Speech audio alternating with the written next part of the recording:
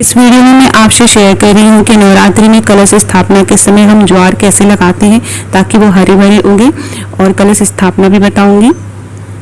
जो भी ज्वार हम लाएंगे बाजार से उसको हम रात में ही भिगो देंगे। अगर कल नवरात्रि है तो आज रात में ही भिगोना है, या 10-12 घंटे हम ज्वार को पानी में भिगो के रखते हैं और फिर उसे पानी से छान कर इस तरह से हल्का सा सुखा लेंगे।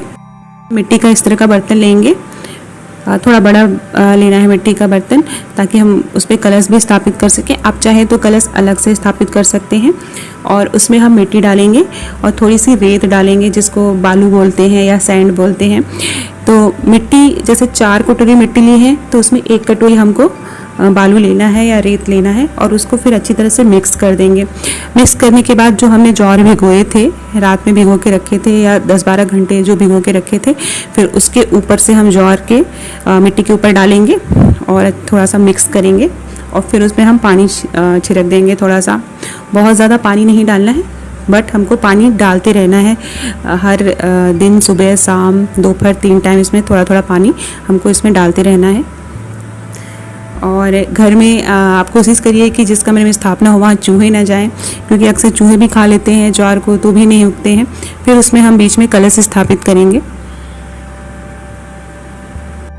कलश में हम पानी भर के रखेंगे और उसमें थोड़ा सा गंगा जल मिलाएंगे, और फिर हम एक हल्दी का टुकड़ा डालेंगे, खड़ी हल्दी डालनी है, इलायची डालेंगे, थोड़ा सा रच्छा सूत्र डालेंगे जिसको मौली बोलते हैं, और उसमें कुमकुम हल्दी अक्षत डालेंगे।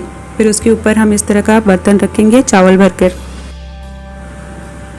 और इसमें हम जो है आम का पत्ता लगाएंगे। 5 पत्ते लगाते हैं वैसे, आप चाहे तो ज़्यादा भी लगा सकते हैं। इस तरह से आम के पत्ते लगाएंगे और उसके ऊपर ये चावल से भरी कटोरी मिट्टी की रखेंगे। शुभ मुहूर्त में हमको इस तरह से कलश को स्थापित करना है और फिर इस कलश की पूजा करनी है। इसके ऊपर हम नारियल रखेंगे, नारियल के ऊपर आप रच्छा सूत्र और एक लाल कपड़ा लपेट के रखेंगे, ये इस तरह से, और ये काम शुभ मुहूर्त में करना है। हम कलश स्थापित करेंगे तो जहाँ पे स्थापित करेंगे पहले हम गंगा जल से आचमनी करेंगे, फिर हम कलश स्थापित करेंगे ज्वार वाले बर्तन के साथ, और फिर हम हल्दी कुमकुम टीका लगाएंगे, फूल चढ़ाएंगे। फिर जो चावल हमने रखा है उसमें हम 1 रुपये का सिक्का डालेंगे। ये करने से कहा जाता है कि घर में समृद्धि आती है, सुख समृद्धि आती है।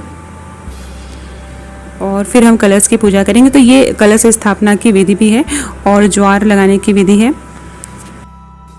तो इस तरह से जो ज्वार लगाए हमने वो दूसरे दिन उगने लगते हैं और 9 दिनों में काफ़ी बड़े हो जाते हैं, और जितने हरे ज्वारे और जितने लंबे ज्वार उगते हैं उतना ही माना जाता है कि घर में सुख और समृद्धि आती है। और ये था तरीका ज्वार लगाने का और कलश स्थापित करने का। और जब भी पूजा हम शुरू करेंगे, गणेश जी से शुरू करते हैं, तो एक सुपारी से गणेश जी स्थापित करते हैं और एक गोबर से माँ गौरी बनाते हैं और उनकी पूजा करते हैं, और माता रानी की एक फ़ोटो रखते हैं सामने माँ दुर्गा की। और पूजा की विधि वही है, हल्दी कुमकुम अक्षत फूल माला चढ़ाएंगे, धूपबत्ती जलाएंगे, और फिर हम एक अखंड ज्योति जलाएंगे सच्चे मन से जो 9 दिन तक जलती है, और भगवान को, माता रानी को प्रसाद चढ़ाएंगे, फल फूल कोई मीठी चीज़ बना के चढ़ाएंगे। तो इस तरह से हम कलश स्थापना करते हैं और ज्वारे लगाते हैं। आशा करती हूँ कि आपको पसंद आया होगा मेरा वीडियो।